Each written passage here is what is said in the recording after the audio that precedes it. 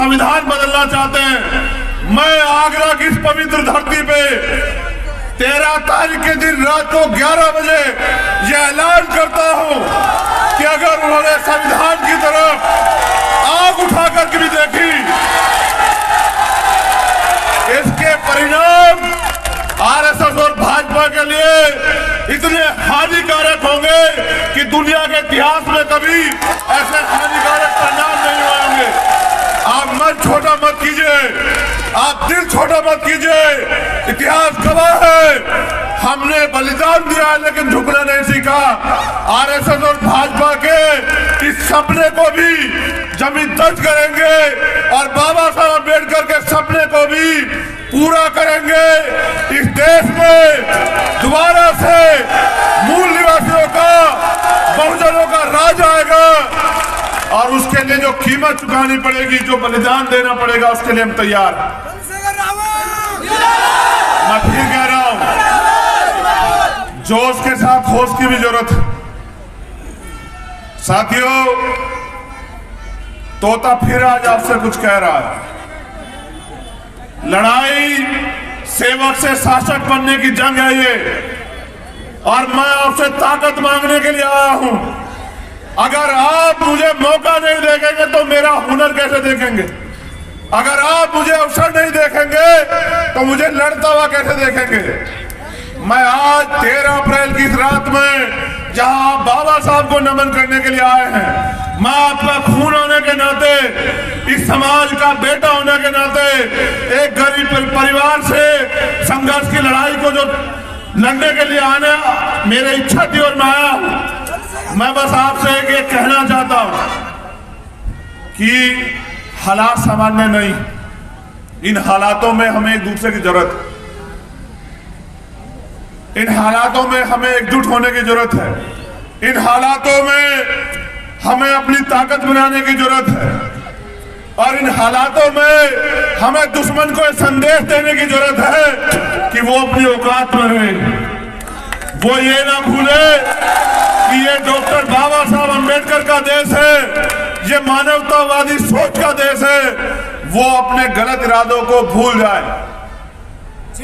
हमें मान सम्मान का जीवन जीने का अवसर अगर कहीं से मिला है तो संविधान से मिला है। हम जानवरों जैसा जीवन जीते थे, आज हमें समान अवसर मिले हैं। क्या आप चाहते हैं समान अवसर खत्म हो जाए? आज जो माहौल बना के इस देश के मुसलमानों के प्रति जो नफरत की आंधी चलाई जा रही है, जो माहौल खराब किया जा रहा है, मैं फिर यहां से कह रहा हूं, आगरा की धरती से बाबा साहब अम्बेडकर का खून होने के नाते उन्होंने कहा था, जो मैंने आपको पहले भी दोहराया, कि अन्याय करने वाले से अन्याय सहने वाला ज्यादा दोषी है। मैं फिर यहां से भी कह रहा हूं धरती से इस देश के मुस्लिम समाज के भाइयों के लिए कि वो घबराए ना, वो कमजोर ना माने। पूरा अम्बेडकर वादी उनके साथ खड़ा है। इस सरकार की दरे भी हिला देंगे, ईंट से ईंट बजा देंगे। आप मेरी जिंदाबाद करने के बजाय मुझे लड़ने की ताकत दीजिए और अपने हौसले बुलंद रखिए। इस देश में संविधान है और जब तक संविधान है कोई आपके मान सम्मान के साथ खिलवाड़ नहीं कर सकता। जो करेगा संविधान के अनुसार जो उसको सजा वो मिलेगी। मेरा एकमात्र लक्ष्य ये है, बहुत सारे तोते आएंगे, अपनी अपनी जिम्मेदारी अदा करेंगे। मुझे मेरी जिम्मेदारी समझ आ गई, मैं अपनी जिम्मेदारी अदा कर रहा हूं और मैं चाहता हूं कि जीते जी इस देश की सर्वोच्च कुर्सी पे जो दिल्ली में रखी हुई है, जो सपना था बाबा साहब अम्बेडकर और मान्यवर साहब काशीराम साहब का, वो जो अधूरा है, मैं एक बार अपने जीवन में जीते जी इस दिल्ली की गद्दी पे बाबा साहब अम्बेडकर के अनुयायियों को देखना चाहता हूं। मैं यही बताने के लिए आपको यहां आया।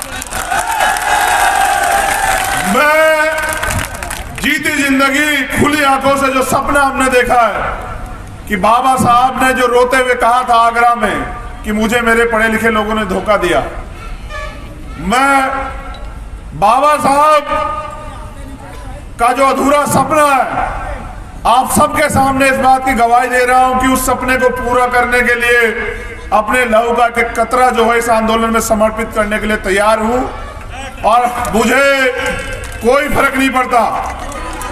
मैं फिर कह रहा हूं, मुझे कोई फर्क नहीं पड़ता कि लड़ाई कितनी लंबी हो और कितनी कठिन हो, कोई फर्क नहीं पड़ता, क्योंकि हमारा एकमात्र सपना यही है कि बहुत दिन हो गए इन शोषितों को आंसू बहाते, इन शोषितों को रोते चिल्लाते, लेकिन इनके आंसू किसी ने नहीं पूछे।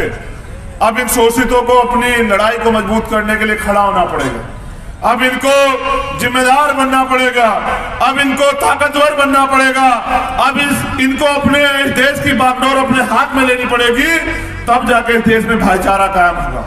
तो बहुत बहुत धन्यवाद दोबारा से सम्मानित साथियों का, भीम आर्मी आजाद समाज पार्टी के पदाधिकारियों साथियों का, यहाँ की सभा के जो आज के अध्यक्ष हैं उनका, यहाँ उपस्थित हमारी तमाम बहनों का, माताओं का, बच्चियों का, नौजवान साथियों का धन्यवाद करता हूँ और आपसे अपील करता हूँ कि समय बहुत कम है, थोड़ा जोर लगा दो, कुछ को मैं जगाता हूँ, कुछ को आप जगा दो। बहुत बहुत